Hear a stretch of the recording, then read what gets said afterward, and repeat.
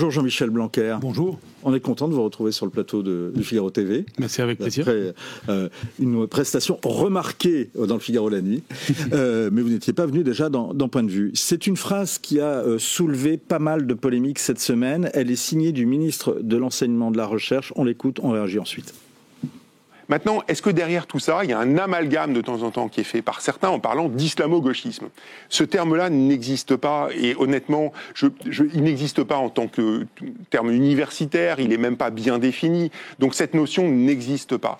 Donc j'ai envie de dire, autant oui, il y a des abus, et il faut être extrêmement vigilant, autant se dire qu'il y a un mouvement qui est conçu pour prendre le pouvoir au sein des universités, un mouvement islamo-gauchiste qui serait là en train de vouloir prendre le pouvoir au sein de telle ou telle université. Non, je ne crois pas que ce soit la réalité. Qu'avez-vous pensé en entendant ces propos ? J'ai pensé qu'il faut qu'on soit efficace sur ce sujet maintenant. C'est-à-dire que les querelles de mots sont importantes, mais il faut maintenant embrayer vers les réalités. Il a dit lui-même qu'il fallait être ferme sur le sujet.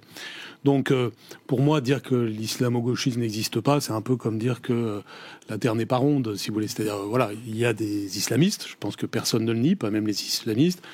Il y a des gauchistes, d'une extrême gauche, personne ne le nie, pas même l'extrême gauche. Il y a des convergences entre les deux. Je crois que même ça, personne ne le nie, même les acteurs eux-mêmes.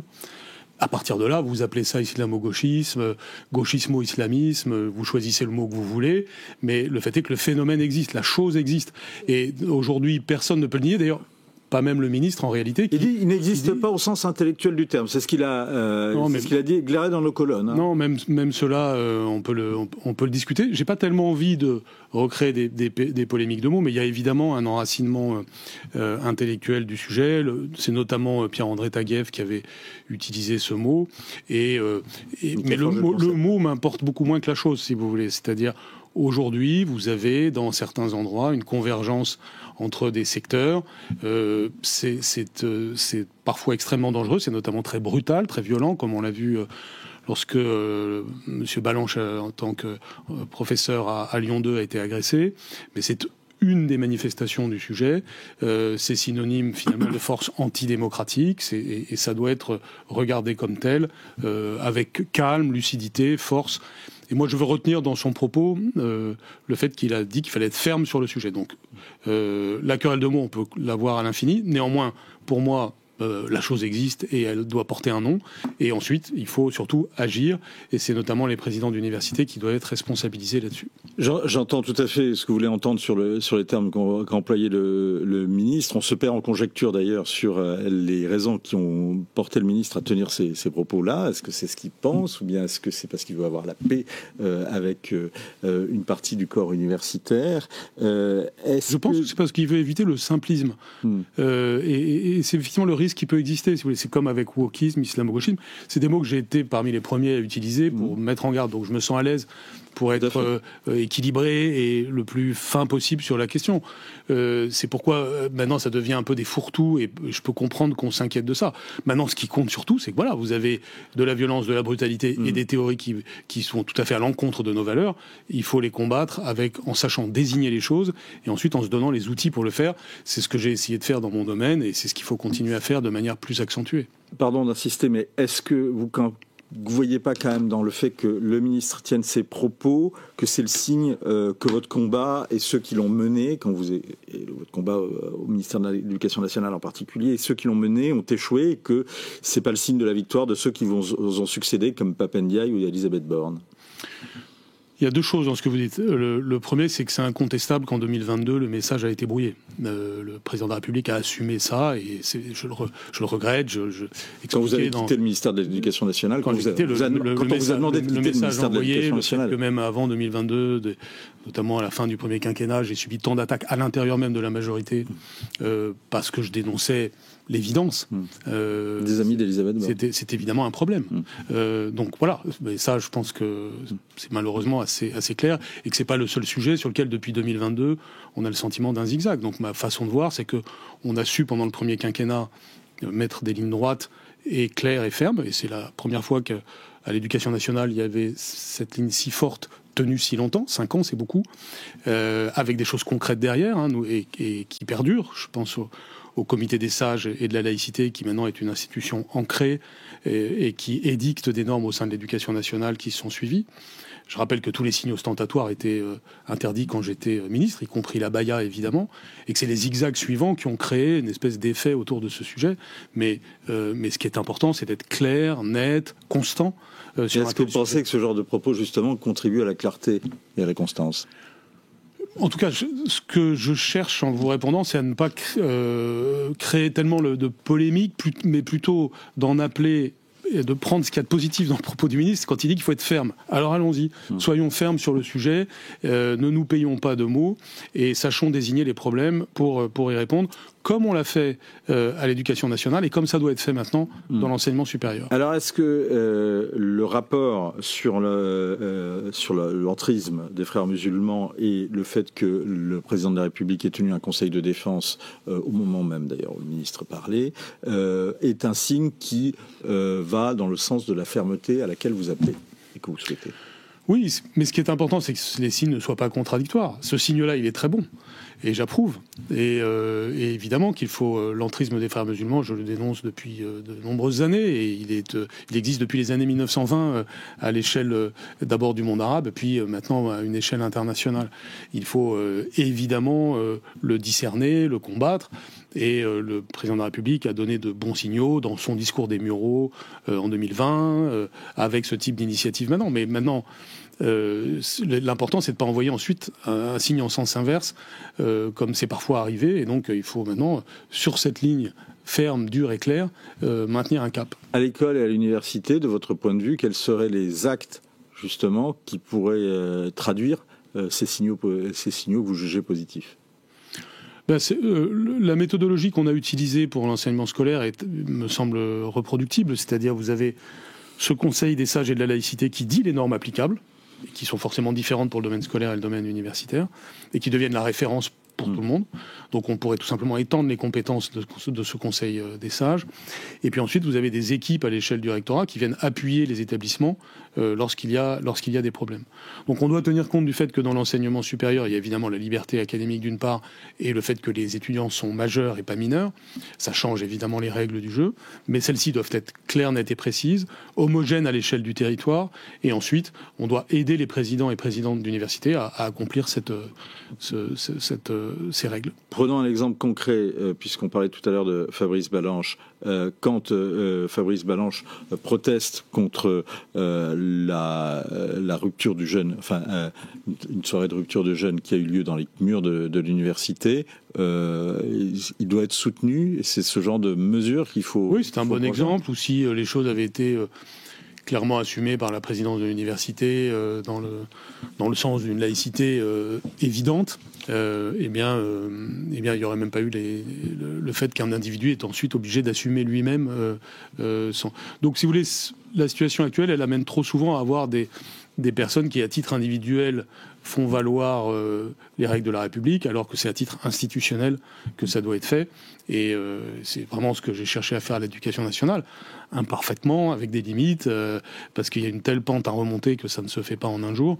Mais en tout cas, on a indiqué une direction claire. Il faut maintenant que cette direction soit complète et complètement reprise.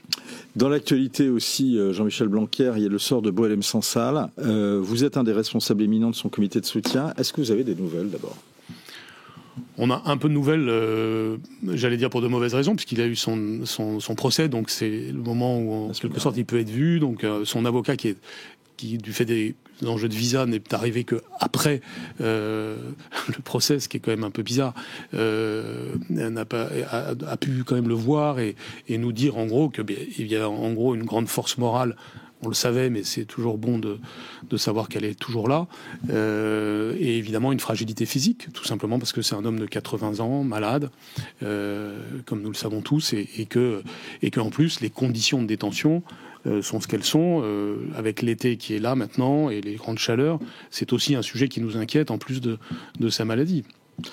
C'était la date ultime pour un recours en cassation. A-t-il été fait ? Non, et je ne suis pas dans la tête de Boualem Sansal, mais je pense que c'est parce qu'il considère que voilà, ça allait être encore une confirmation, puisque on peut avoir des doutes sur l'indépendance de la justice et ses modalités. Donc, je pense que il a joué le jeu de l'appel et il ne joue pas le jeu de la cassation. D'autant plus que c'est plus un point de droit qui est en jeu. Le point de droit, c'est devrait être qu'on n'emprisonne pas quelqu'un pour ses idées, tout simplement. À partir du moment où vous avez un système juridique qui assume qu'on peut emprisonner quelqu'un pour ses idées, le seul espoir devient la grâce présidentielle, c'est-à-dire le fait du prince. Donc nous, on a placé aussi nos espoirs dans cela.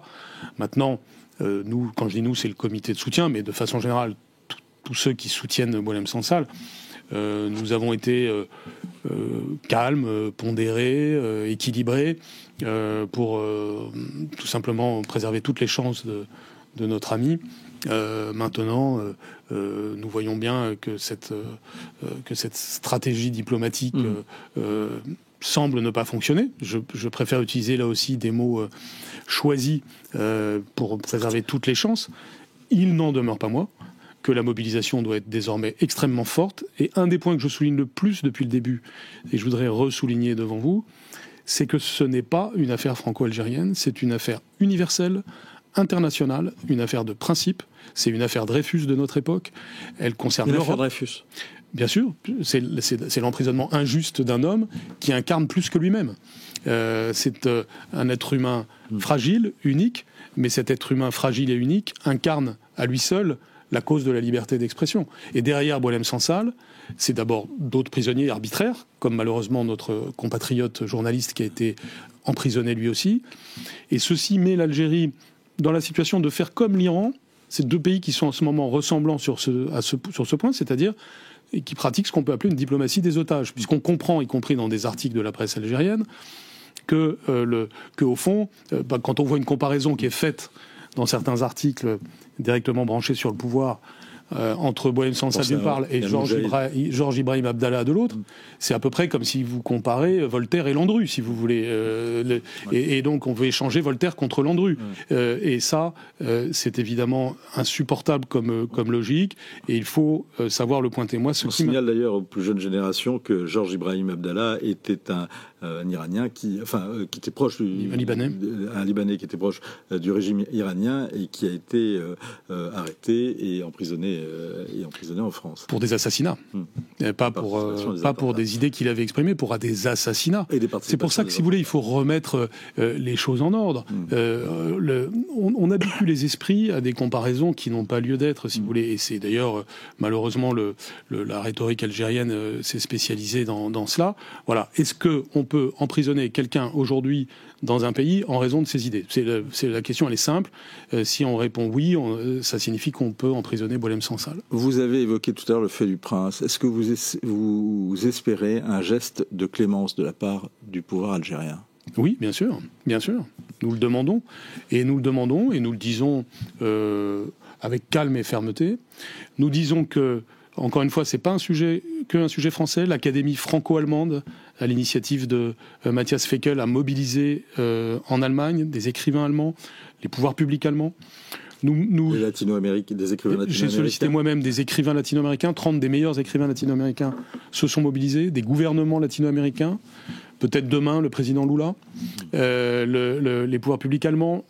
En République tchèque, où un prix de la liberté d'expression a été donné à Boualem Sansal, dans la presse internationale, nous avons mobilisé en Italie, aux États-Unis, partout. Donc, s'il n'est pas libéré, que va-t-il se passer? Une mobilisation progressive de l'opinion publique mondiale. Vous savez, quand Nelson Mandela était prisonnier, c'est pas tout de suite que vous avez eu un immense mouvement mondial pour lui. Eh bien, si le pouvoir algérien n'a pas envie de se retrouver avec une situation de pression internationale trop forte, il est temps de le faire, d'autant plus que nous allons maintenant exiger des autorités européennes de se mobiliser pour de vrai pour Boualem Sansal. Si on construit l'Europe, c'est pour être plus fort. Elles étaient ignorantes, les autorités européennes, ou bien est-ce qu'elles n'ont pas été informées par les autorités françaises? S'ils savent lire le journal aussi, quand même. Ils savent lire le journal, que je sache. Est-ce que Jean-Noël Barrot les a vraiment, et Benjamin Haddad les ont vraiment informés? Je pense que Benjamin Haddad qui est en charge de l'Europe, a été très mobilisé sur le sujet et qu'on ne peut pas lui faire ce procès. Les parlementaires européens, on a vu notamment François-Xavier Bellamy, mais d'autres aussi, parlementaires français comme Caroline Yadan et d'autres, ont su faire ce qu'il fallait en la matière. Et donc, aujourd'hui, l'Union européenne ne peut évidemment pas faire la sourde oreille. Si on construit l'Europe, c'est pour être plus fort. C'est que quand vous êtes citoyen français et européen et que vous êtes emprisonné arbitrairement quelque part, c'est non seulement le poids de la France, qui est déjà important, mais aussi le poids de l'Europe qui doit venir à votre secours. Est-ce que d'abord, est-ce que le gouvernement français, les autorités françaises et le gouvernement français se sont quand même suffisamment mobilisés dans cette affaire? C'est pareil que d'autres questions précédentes. Je ne veux pas, j'ai pas envie de créer de polémique dans l'affaire parce que ce qui compte, c'est la libération de Boualem Sansal. Mais ce que je veux dire, c'est que la fermeté peut aller avec le calme et que la mollesse peut aller avec l'excitation et que, en l'occurrence, nous devons avoir fermeté et calme. Une mollesse calme, plutôt.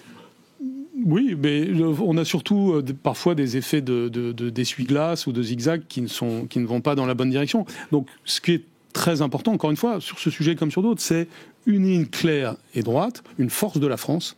La France ne se laisse pas insulter, la France ne se laisse pas humilier, et la France défend ses ressortissants, et elle défend avec beaucoup de démocratie dans le monde la liberté d'expression. Est-ce qu'un rapport de force peut marcher, Jean-Michel Blanquer, aujourd'hui, avec le régime algérien ?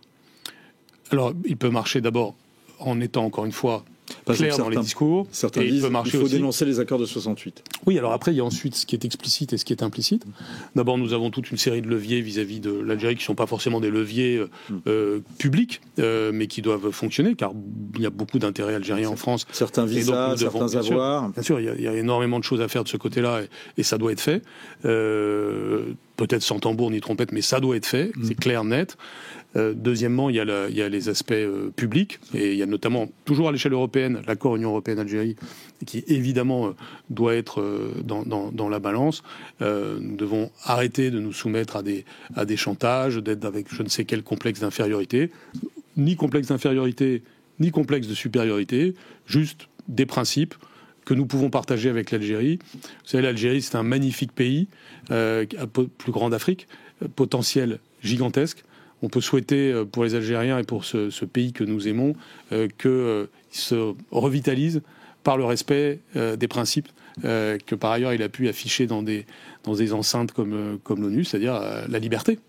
Merci beaucoup Jean-Michel Blanquer. Je signale d'ailleurs que vous organisez à la fin de l'été, dans le cadre du laboratoire de la République, une université d'été où vous reviendrez sur bien sûr le sort avec des grands débats autour du sort de Boualem Sansal. Le jeudi 28 août au soir à Autun, il y aura de très nombreuses personnalités, tout le comité international pour la liberté d'expression. Peut-être avec Boualem Sansal, c'est le vœu que je formule, et en tout cas pour Boualem Sansal, et puis tout le reste, le jeudi, vendredi, samedi, des débats avec des personnalités comme Bruno Retailleau, Jérôme Gage, Édouard Philippe, Bernard Cazeneuve, Xavier Bertrand et Valérie Pécresse, Manuel Valls, bien d'autres qui seront là, et qui sont tous ceux que je viens de citer sont en faveur de la libération de Boualem Sansal. Merci beaucoup Jean-Michel Blanquer. Je signale également La Citadelle au cœur du gouvernement. Ça, c'est un document absolument passionnant. C'est le récit de votre passage au ministère de l'Éducation nationale. C'est à lire, absolument à lire, et c'est aux éditions Albin Michel.